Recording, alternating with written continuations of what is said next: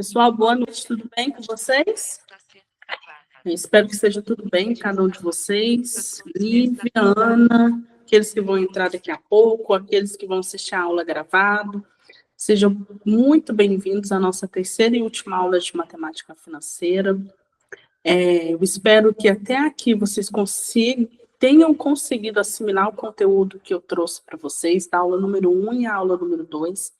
Se porventura vocês não conseguiram assimilar, ficou alguma dúvida, ou porventura está caindo de paraquedas agora nessa aula, eu peço assim, não precisa sair dela, mas assistam as demais. Por quê? Porque é tudo um fio de meada, é tudo uma ligação uma com a outra, entendeu? Vamos lá, eu vou compartilhar com vocês aqui a tela e o slide da nossa última aula, ok?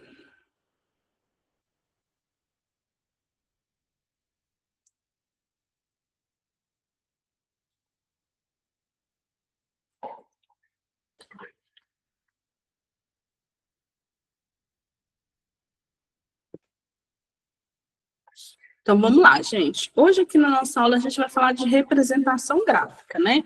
Eu lembro que nas nossas aulas passadas, a gente falou sobre a matemática. O que é a matemática financeira? A matemática, ela é uma ciência, ok? Até aí, quem assistiu a aula número 1, a aula número 2, conseguiu entender? A matemática financeira é uma ciência exata. E o que a matemática financeira é? Ela é uma ramificação, ela faz parte, ela é um conjunto, ela está dentro do núcleo da matemática, que é uma ciência exata. Que ela cuida do quê? Das finanças, ok? E lá eu lembro que na nossa aula eu falei para vocês sobre a monetização, falei sobre o valor, falei sobre o valor agregado, falei sobre os custos, expliquei sobre a questão da matemática financeira, como ela é utilizada no nosso dia a dia. Eu lembro que eu ressaltei muito, apesar que já tem um bom tempo, mas eu lembro que eu ressaltei muito para vocês que ela está presente todos os dias na nossa vida. Não tem como a gente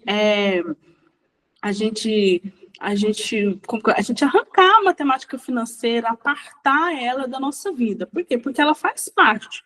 Todo momento a gente está lidando com isso. Desde uma simples compra no supermercado, porque muita gente pensa assim que a matemática financeira é só sobre uma questão orçamentária, seja uma orçamentária da PJ, ou seja PF, que é pessoa física e jurídica, seja qual for, mas não é só isso. A matemática financeira é tudo que envolve o dinheiro, tudo que envolve a economia, tudo que envolve o valor daquilo que nós pagamos no nosso dia a dia. Então, se porventura, se houve uma elevação da conta de luz, por exemplo, uma taxa, o governo decidiu, ou seja, a companhia de saneamento decidiu fazer o quê? Companhia de energia decidiu fazer o quê? Um aumento, isso tem tudo a ver com a matemática financeira. Se porventura, eu lembro que nas nossas aulas eu falei, se houve um aumento da renda per capita, se houve um aumento da cesta básica, também tem a ver com matemática financeira. Se porventura, eu acho que eu falei isso aqui nessa turma também, que se você for pegar os estudos no Brasil, no ano de 2022, né, durante um período lá antes de 2022, houve um aumento muito grande da renda, do número de famílias, número de pessoas que migraram da classe pobre, ou da classe pobre para a classe média, e da classe média para a classe rica, por exemplo. Por que houve essa migração? Isso tudo tem a ver com a matemática financeira, tudo tem um estudo, porque tudo impacta de uma certa forma. Se as pessoas estão ganhando mais, se as pessoas estão tendo mais recursos, automaticamente elas vão consumir mais, automaticamente vai injetar mais dinheiro no mercado, automaticamente as empresas vão ter que produzir mais, porque vão ter que produzir mais produto, automaticamente vai ter mais inovação tecnológica. Por quê? Porque as pessoas conseguiram migrar, e com a inovação tecnológica elas conseguem pagar um produto melhor, e assim por diante. Automaticamente aqueles produtos similares, eles começam a ser trocados por produtos de uma qualidade maior, e assim por diante. Isso tudo tem a ver com matemática financeira. E aqui hoje, na aula de hoje, a gente vai falar sobre a representação gráfica. Por que representação gráfica, professor? Porque se você for pegar a nossa aula 2, principalmente a nossa aula 2, eu falo muito sobre a questão dos custos, dos valores, da monetização e esse porventura. E essa representação gráfica, ela tem tudo a ver com a matemática financeira. O governo, por exemplo, ou o setor financeiro de uma empresa. Se a empresa, por exemplo, ela vai aumentar a fábrica, ou ela vai abrir novas filiais, ou ela vai contratar mais mão de obra, ela precisa fazer o quê? Ela precisa, primeiramente, ver como que anda o caixa dela. Qual está sendo a saúde financeira dessa empresa? Está uma saúde boa, que ela vai conseguir manter esse fluxo de caixa maior? Não, não está uma saúde boa. Então, peraí, então não é o momento agora de a gente ampliar essa fábrica ou comprar mais maquinário. Isso tudo tem a ver com a representação gráfica. Por quê? Porque quando um gestor, por exemplo, no setor de finanças. Não sei se vocês aí, quem trabalha, ou conhece quem trabalha no setor de finanças. O setor de finanças, ele vai implementar, ele vai colocar todos os dados lá no sistema, ele vai ingerir todos os dados lá no sistema. Ok. Só que quem toma a decisão, geralmente, são aquelas pessoas de cargos quem está no topo da pirâmide, seja um diretor, um presidente, e assim por diante. Ele vai tomar a decisão baseada em quê? Nas informações que foram ingeridas naquele sistema. E essas informações, elas viram o quê? Elas tornam o quê? Elas se tornam números, porque a matemática financeira não é uma ramificação da matemática, é uma ciência exata. Então, se eu vou implantar, se eu for ingerir, se eu for colocar... se eu for ingerir números lá, dados da minha empresa, da saúde financeira, depois, se o meu supervisor pedir, eu quero um relatório referente ao dia 1º ao dia 15, do dia 1º ao dia 15 do mês de junho, porque a gente precisa tomar uma decisão. Eu vou lá imprimir aquele relatório, porque hoje os sistemas eles estão muito inovados, né? Antigamente, não. Lógico, a gente sabe que tem empresas que ainda não têm esses sistemas tão avançados, mas hoje as empresas têm sistemas avançados, muito avançados. O SAP, por exemplo, não sei se vocês já trabalharam, conhecem, é um sistema, assim, ao meu ver, é um dos, não é o mais, mas eu não trabalhei com todos, mas, assim, dentro daquelas pessoas que eu conheço também, é um dos sistemas mais avançados que tem. Por quê? Porque é pela completude dele e pela exatidão que ele tem nas informações. Se você, por exemplo, é do setor financeiro, aí você insere dados lá do setor financeiro, e aí o seu supervisor pega um relatório, você vai lá no SAP e ele te manda, e ele consegue imprimir ou enviar por e-mail todo aquele relatório, dentro também de uma representação gráfica, que através da representação gráfica, o próprio supervisor, o próprio presidente, ele consegue visualizar com mais facilidade as informações que estão constando lá naquele documento. Então, o que é uma representação gráfica? É uma forma de representar fenômenos, como físicos, econômicos ou sociais, de forma ordenada e escrita. Exemplos de representação gráfica incluem gráficos que são representações visuais de dados numéricos, como gráfico de barras, gráfico de pizza, gráfico de linhas, gráfico de colunas, gráfico de pontos, gráficos de setor, entre outros. Então, aqui, como eu falou aqui, o que é uma representação gráfica? É uma forma de representar. Então, vamos lá. Lembra que eu falei do setor financeiro? Ele não inseriu os dados lá, foi lá, abriu o sistema, vai inserir. Lançou as notas, lançou o caixa, a entrada de caixa, a saída, a depreciação de algum produto, lançou lá tudo que entra, sai, desgaste, tudo mais. Ok, as vendas, notas geradas, boletos, entradas, se foi a forma de recebimento, então gerou tudo lá. Quando coloca lá, se o meu supervisor, se o presidente, ele solicita, porventura, esse relatório, então o que ele faz? Eu pego e coloco lá na representação gráfica. Então, o que é essa representação gráfica? É uma forma de representar fenômenos. O que é representar esses fenômenos? Eu vou representar nesses gráficos aqueles dados que foram inseridos por mim, por exemplo. Então, nada mais é que o gráfico que eu imprimo para o meu supervisor, ou para o diretor, ou para quem me incumbiu, quem solicitou essa representação, esses gráficos para mim, nada mais é que eles estão representando dados que um dia foram inseridos no sistema. Ok? Então, existem aí vários gráficos, mas os mais comuns aqui são os de barra, os de pizza, os de linhas, os de colunas, os pontos e os de setor. Professor, e os outros?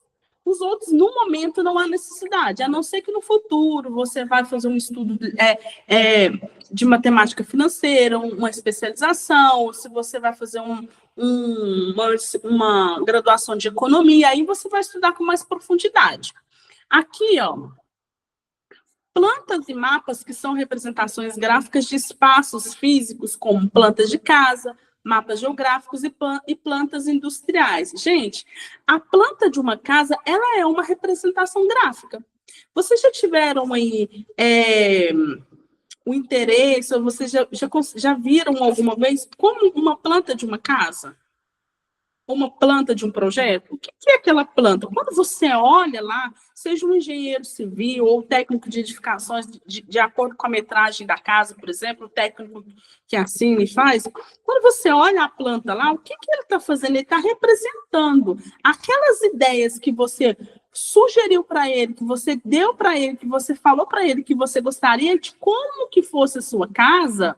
Olha, eu queria que minha casa tivesse uma suíte, uma banheira, eu queria que tivesse um quarto, 2 quartos, 3 quartos, por exemplo, sala, eu queria isso, um jardim e tudo mais. Todas aquelas ideias que você colocou dentro lá dos seus recursos para um engenheiro ou técnico de edificações, o que ele fez? Ele representou aquilo numa planta. E aquela planta nada mais é que uma representação gráfica, porque quando eu olho, imagina você ir agora, onde você estiver, imagina se você estiver com um caderno, pegue ele na mão. E esse caderno fosse, eu estou com um caderninho que estou pegando o meu na mão, esse caderno fosse uma planta de uma casa. Quando eu pego essa planta, um engenheiro desenhou tudo lá perfeitinho, para que eu conseguisse entender e visualizar como vai ficar a minha casa, como que vai ficar ordenado, qual que é a metragem da minha casa, e assim por diante. E através dessa ordenação que ele coloca lá na planta, que é uma representação gráfica, o que eu consigo? Nós conseguimos já calcular os recursos necessários. A gente consegue calcular as etapas que vai ser necessário, quanto tempo, quanta etapa que vai ser a construção da minha casa, ok? Gráfico de sistema de eixos cartesianos, utilizado na matemática e na física, e que tem este nome em homenagem a René Descartes, o seu criador. Gráfico de barras. Gráfico de barras mostra informações sobre categorias diferentes. Em um gráfico de barras, o comprimento de cada barra representa um número. Aqui eu trouxe para vocês um exemplo aqui de um gráfico de barra. A taxa de mortalidade infantil por região, num determinado período. Então, gente, aqui, se vocês forem ver aqui, ó, existe as 5 regiões, não é? Nosso país não é composto por 5 regiões? Sul, Sudeste, Oeste, Norte e Nordeste? Ok. Essas 5 regiões aqui, cada uma tem uma barra, não tem? Se fosse para me perguntar para vocês, cada um de vocês aí, olha, pessoal, a taxa de mortalidade infantil, qual região aqui que está tendo maior número de taxa de mortalidade? Com esse gráfico aqui, automaticamente qualquer pessoa conseguiria me informar. Olha, professor, se o maior aqui é o da região Nordeste, então a taxa de mortalidade infantil maior está na região Nordeste. Qual que é a região que está tendo a menor taxa de mortalidade, graças a Deus? Dentro desse gráfico que me mostra aqui, pelo IBGE, que é uma fonte do IBGE, é na região Sul. Então, o gráfico de barras e o gráfico de pizza, gente, é o gráfico mais utilizado. Quando eu falo mais utilizado, não quero que ninguém confunda. Então é o mais importante? São os mais importantes? Não. Não existe o mais importante. Cada gráfico, ele é utilizado para cada situação, para cada objetivo tem um gráfico, né? Para cada tarefa ser cumprida.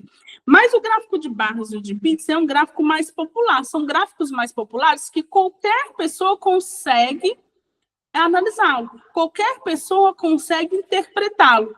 Se você estivesse agora diante de uma prova, se você estivesse agora exercendo uma atividade dentro da sua organização e fosse solicitado para você, me dê qual que é a região que está mais vendendo, ou nesse caso, qual a região que está tendo mais taxa de mortalidade, automaticamente você conseguiria descrever. Então, automaticamente você conseguiria debater. E automaticamente vocês conseguiriam fazer o quê? Professor, o que isso tem a ver com matemática financeira? Lógico que tem a ver. Se porventura um governo, com essa fonte do IBGE, com esses dados do IBGE, o governo com esses dados em mãos, o que um governo correto e ético consegue verificar? Qual a região que ele tem que injetar mais dinheiro para diminuir a taxa de mortalidade infantil? E ele consegue verificar também Se porventura, qual região que está tendo uma taxa de mortalidade menor? E automaticamente ele consegue verificar, peraí, o que a região sudeste está fazendo aqui que a taxa de mortalidade dele está menor? Vamos lá verificar? Vamos lá no setor da saúde dessa região, na Secretaria de Saúde no governo da região sul e verificar o que eles estão fazendo, quais são os procedimentos, o que eles estão fazendo para prevenir essa taxa de mortalidade, os cuidados, a triagem que eles estão fazendo com as graves, não sei o que é. Por que isso é interessante? Porque a gente pode copiar esse método para as demais regiões. Ok? E, consequentemente, a gente diminui os gastos do governo. Consequentemente, o governo consegue injetar esse dinheiro em outras áreas, como uma segurança, por exemplo, uma educação. E, consequentemente, o fluxo, o caixa do governo, ele consegue trabalhar com uma saúde, se é que isso é possível, né, gente? Vamos lá, mas é possível sim. Gráfico de barras agrupado. Um gráfico de barras agrupado compara diferentes pontos de dados em uma categoria. O objetivo da criação de um gráfico de barras agrupadas é visualizar e analisar a relação entre diversas variáveis ou pontos de dados com características semelhantes. Isso serve para mostrar uma comparação entre diferentes variáveis. Então, vamos lá, professora, mas o que é gráfico de barras agrupado? Lembra aí do gráfico de barras? Ok, que eu acabei de falar aí da taxa de mortalidade? Beleza, tudo bem. O gráfico de barras agrupado, ele é um gráfico de barras, porém o próprio nome vem falar agrupado. Por que agrupado? Porque ele é feito para você fazer o quê? Uma comparação com um dado para outro. É como se eu pegasse, não, aqui está dando um exemplo, ó, vendas no leste da Ásia. Imagina você ter uma empresa, uma indústria, e aí vocês vão comparar como que foram as vendas no leste da Ásia, num determinado período. E aqui fala ó, que no período 1, como que foi a venda passado e como que está a venda agora. No período 2, na equipe 2, por exemplo, como que foi a venda passada, como está agora. Na equipe 3, assim por diante. Então, você consegue verificar o quê? Como que anda o meu faturamento nessa região? O que essa equipe 2 fez para alavancar o seu faturamento? Quais são os métodos? Qual foi o planejamento? Quais foram as estratégias utilizadas para que pudesse ter um upgrade, um crescimento nas vendas dessa empresa, nessa área, na região leste da Ásia? Por quê? Porque a gente quer copiar. Vamos fazer isso para demais regiões, porque automaticamente a gente o quê? Eleva o nosso fluxo de caixa, eleva o nosso faturamento. Isso tem tudo a ver com matemática financeira. Por quê, gente? Lembrando lá, matemática financeira, a matemática é uma ciência exata e a matemática financeira é uma ramificação, ela faz parte do núcleo da matemática. Só beber uma água, gente, espera aí.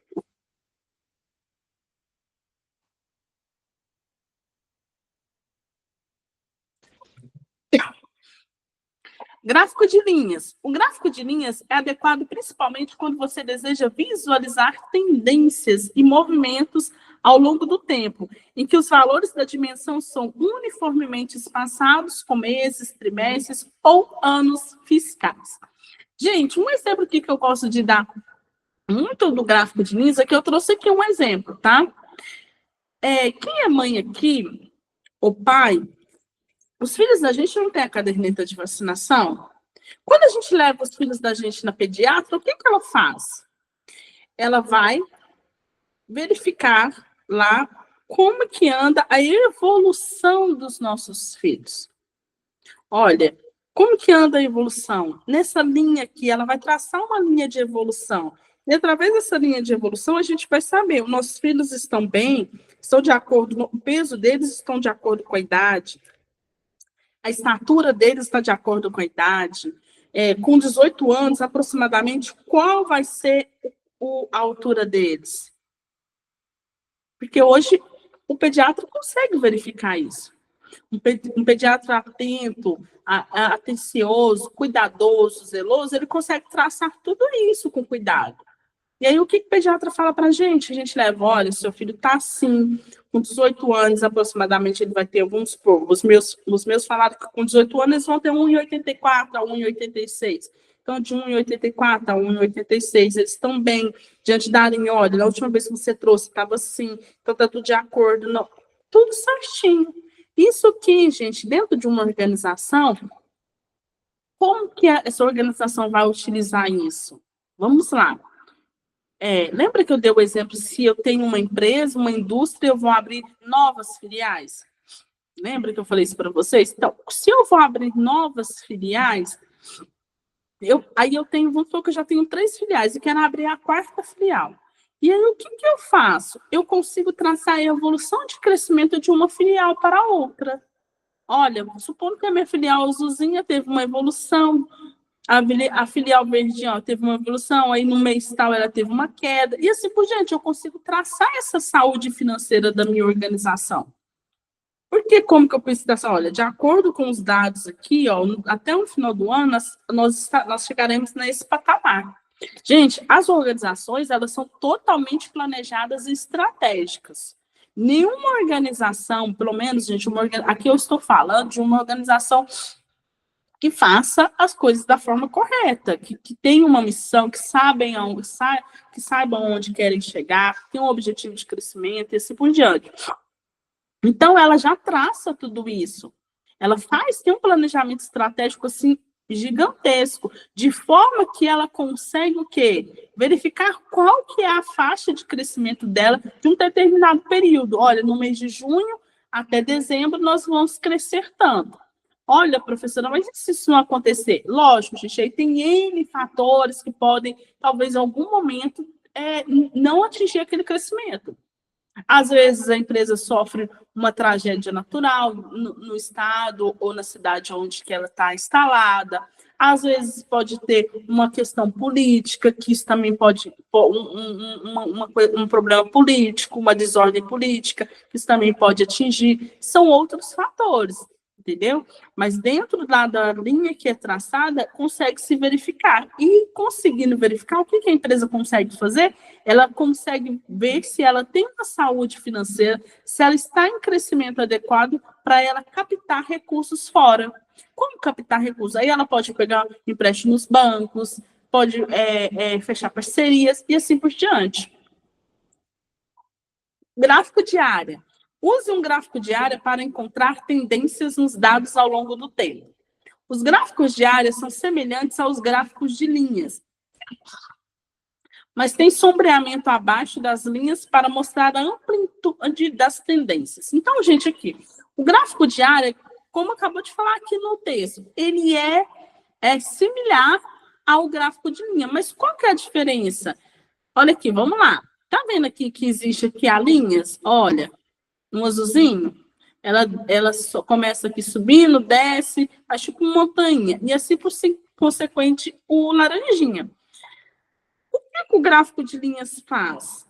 Enquanto o gráfico de áreas ele verifica o crescimento de um determinado período, o gráfico de linhas ele verifica a diferença de um período para o outro.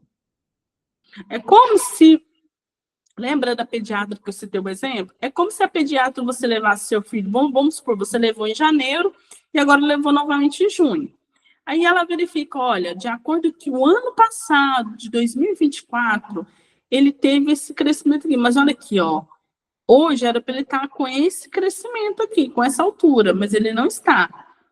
Ele teve um declínio. Então, o que pode ter acontecido? Dentro desse declínio aqui, vai haver uma alteração. Então, se houver uma alteração, automaticamente ele não vai chegar onde que ele iria chegar quando foi traçado. E aí, dentro dessas alterações, a gente consegue verificar o quê? O que a gente vai fazer aqui para sanar esses problemas? Gráfico em pizza. Lembra que eu falei para vocês que o gráfico em pizza e o de barra são os mais utilizados porque eles têm mais facilidade, maior facilidade de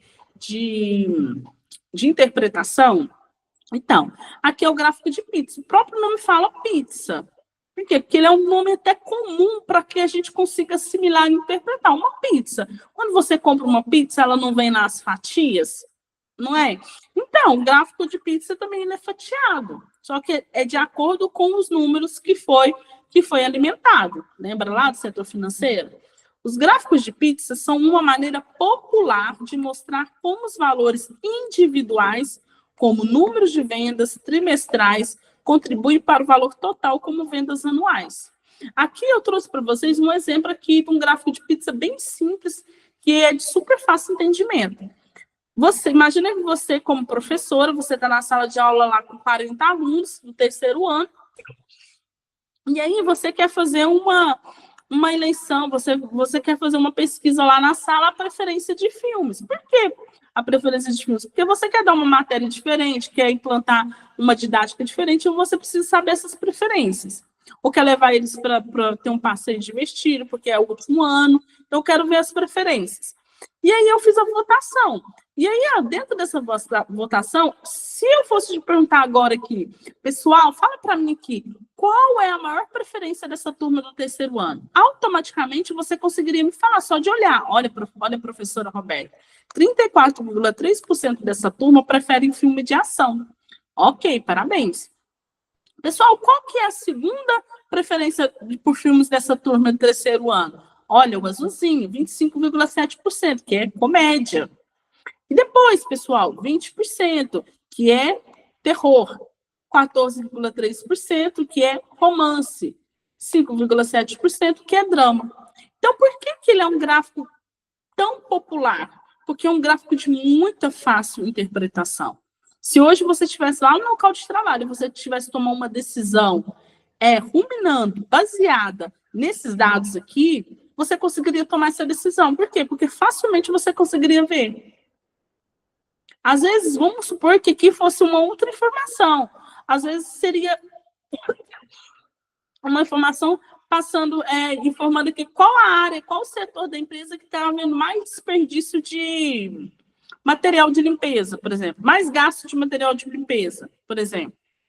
Então, você conseguiria ver. Isso tudo tem a ver com matemática financeira, que você conseguiria reportar ao setor responsável e tentar uma ação aqui para diminuir esses gastos de produtos financeiros, porque vai que está tendo mau uso e assim por diante.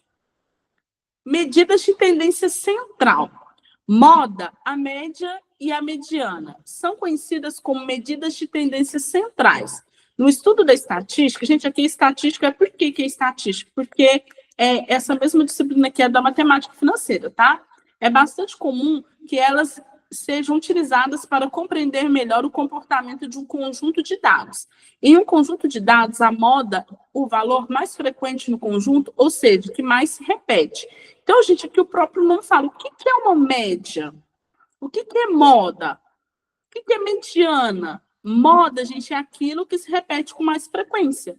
Por isso que às vezes eles falam assim, olha, está na moda esse verde, está na moda esse marrom, esse nude. Por que está na moda? Porque é uma cor que vai se repetir com mais frequência. Então, tudo que se repete com mais frequência cai na moda. Por isso que ele só caiu na moda, porque repetiu com frequência. Muitas pessoas estão utilizando. Está caindo no gosto de muita gente. Esse exemplo aqui não tem necessidade para essa matemática financeira de eu estar explicando, tá bom? Média é o resultado da soma de todos os valores do conjunto de dados dividido pelo número de valores. Gente, isso aqui a gente aprendeu lá na escola. Faz a média lá. Então, vamos fazer. Então, a gente vai pegar lá a soma de tudo e vai dividir pelo número de valores. Mediana é o valor que está no centro do conjunto de dados, quando os valores estão ordenados do menor para o maior. Se o conjunto tiver um número par de elementos, a mediana é a média dos dois números centrais, gente. Então, o que é a mediana? É aquilo que está no intervalo. Lembra lá na escola, quando a gente estudava? Vocês estudam também, né? Olha, professora, gente, massa. Então, se tem uma prova valendo 10 pontos, aí o professor fala assim, olha, a média da prova foi essa, a média da nota.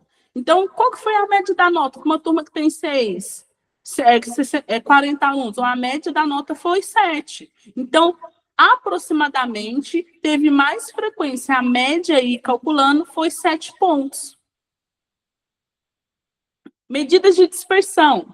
As medidas de dispersão são utilizadas para que possamos saber qual o grau de variação dos nossos dados, pois, afinal, nenhuma medida é de fato exata, já que há diversos fatores que podem influenciar a coleta de dados, como instrumento utilizado ou a amostra que estamos estudando. Gente, espera aí, para não confundir vocês com esse texto que eu trouxe aqui para vocês. Aqui fala aqui, ó. Vamos lá. Deixa eu repetir. O grau de variação dos nossos dados, pois, afinal, nenhuma medida é de fato exata. Gente, aqui não está falando que a matemática não é uma ciência exata, tá bom? Ela é uma ciência exata. Apesar que hoje em dia tem tanto doido por aí falando que 2 mais 2 pode ser 5, pode ser 3, depende do que você acha. Isso é coisa de relativismo, fazer o quê? Mas a matemática ainda continua e sempre será, pela ordem, uma ciência exata. Quando fala as medidas de dispersão, vamos lá para me tentar explicar para vocês. Só beber uma água.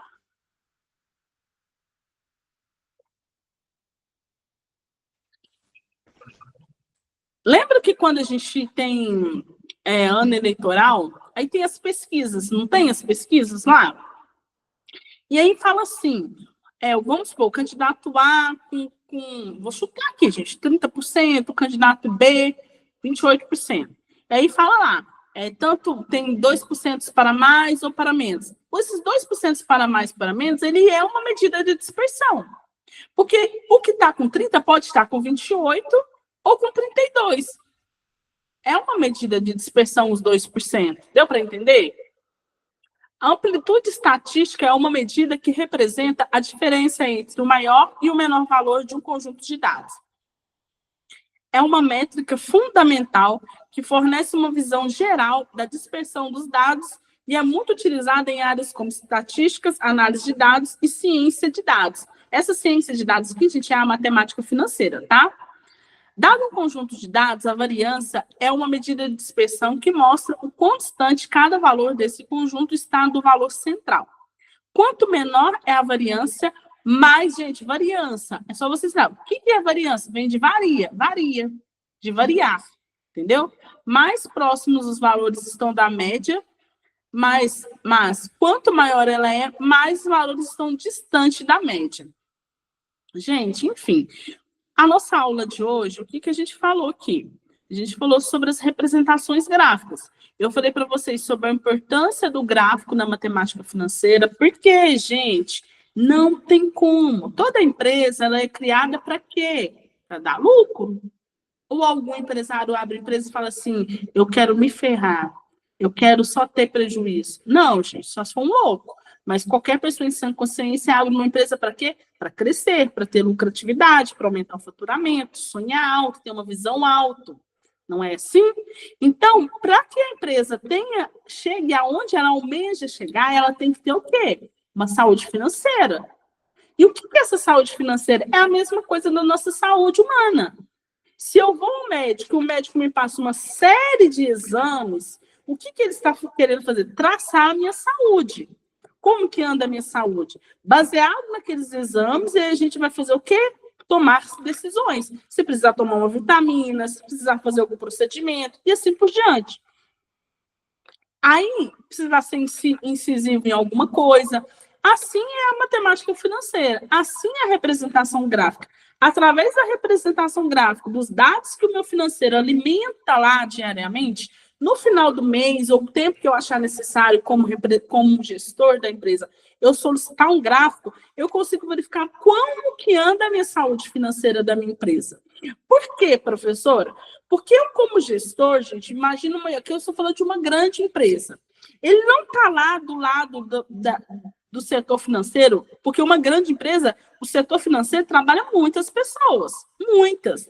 Então, ele não fica lá em cima, que eu estou falando de grandes empresas, de grande porte. Ele não fica lá em cima olhando as notas que ela está lançando, quanto de boleto, quanto que está entrando, ou se houve alguma depreciação, ele não fica em cima vendo isso toda hora. Óbvio, ele vai fazer uma visita ou outra, mas lá dentro tem o próprio gestor da área, que cada área tem seu gestor.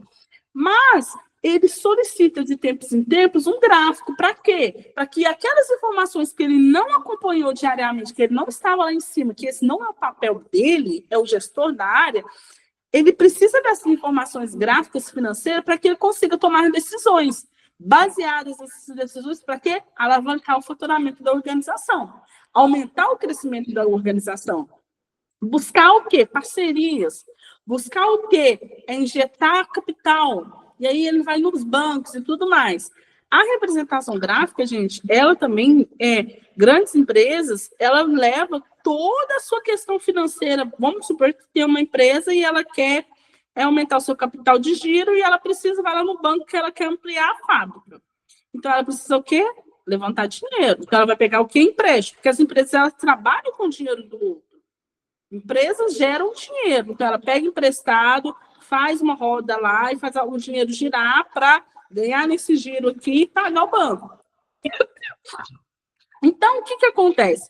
Quando ela vai lá no banco solicitar um empréstimo, por exemplo, ela leva toda a saúde financeira dela, inclusive os gráficos. Quanto mais representado, por isso que falar da representação, estiver a minha vida financeira, mais facilidade eu tenho de conquistar créditos para a minha organização. Mais facilidade o consultor do banco, o gerente do banco, aquela pessoa responsável, o executivo do banco que me atende, consegue visualizar como anda a minha saúde financeira. Por exemplo, quem é PF aqui? Se você vai lá no Serasa, por exemplo, eu acho que não é para todos que aparecem isso, mas dependendo do setor que trabalha, se você, porque eu vim do setor financeiro também, lá você consegue puxar também, se você vai fazer uma análise de crédito, por exemplo, você consegue verificar lá, por exemplo, uma representação gráfica de cada PF, de cada CPF. E através daquela representação gráfica, você consegue ver a saúde. Olha, nesse ano, nesse mês aqui, ele não pagou tanto as dívidas, porque olha aqui, estava vermelho, caiu, olha, depois subiu. Como que anda? Ele está oscilando muito, caindo, subindo, não, ele está tendo uma sequência. E aí, através disso, dessa análise, o que as empresas conseguem, o que a empresa ou a financeira consegue verificar? Se é viável ou não ela emprestar o dinheiro para aquele PF. Gente, enfim, deixa eu ligar a câmera aqui.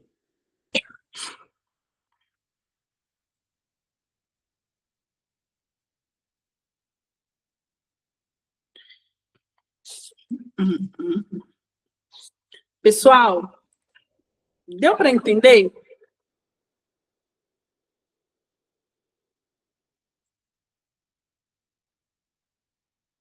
Tá bom. Deu para compreender? Olha só, como eu falei para vocês no início da aula, se porventura vocês não assistiram a nossa aula número 1, a nossa aula número 2, assistam ela. Vocês vão entender que, se você assistir minuciosamente, quem faz as anotações, se você fez anotações, quem tem o hábito de fazer, fez as anotações da aula passada, das 2 aulas passadas, se você for pegar essa nossa aula de hoje, é tudo um complemento. Tudo tá ligado. Nada assim caiu de paraquedas, ok? E aí vocês vão conseguir assimilar perfeitamente qual que é a proposta dessa matéria, ok? Gente, então, muito obrigada por vocês. Que Deus abençoe a noite de vocês. Tudo de bom e sucesso para cada um de vocês. Tchau, tchau. Beijos.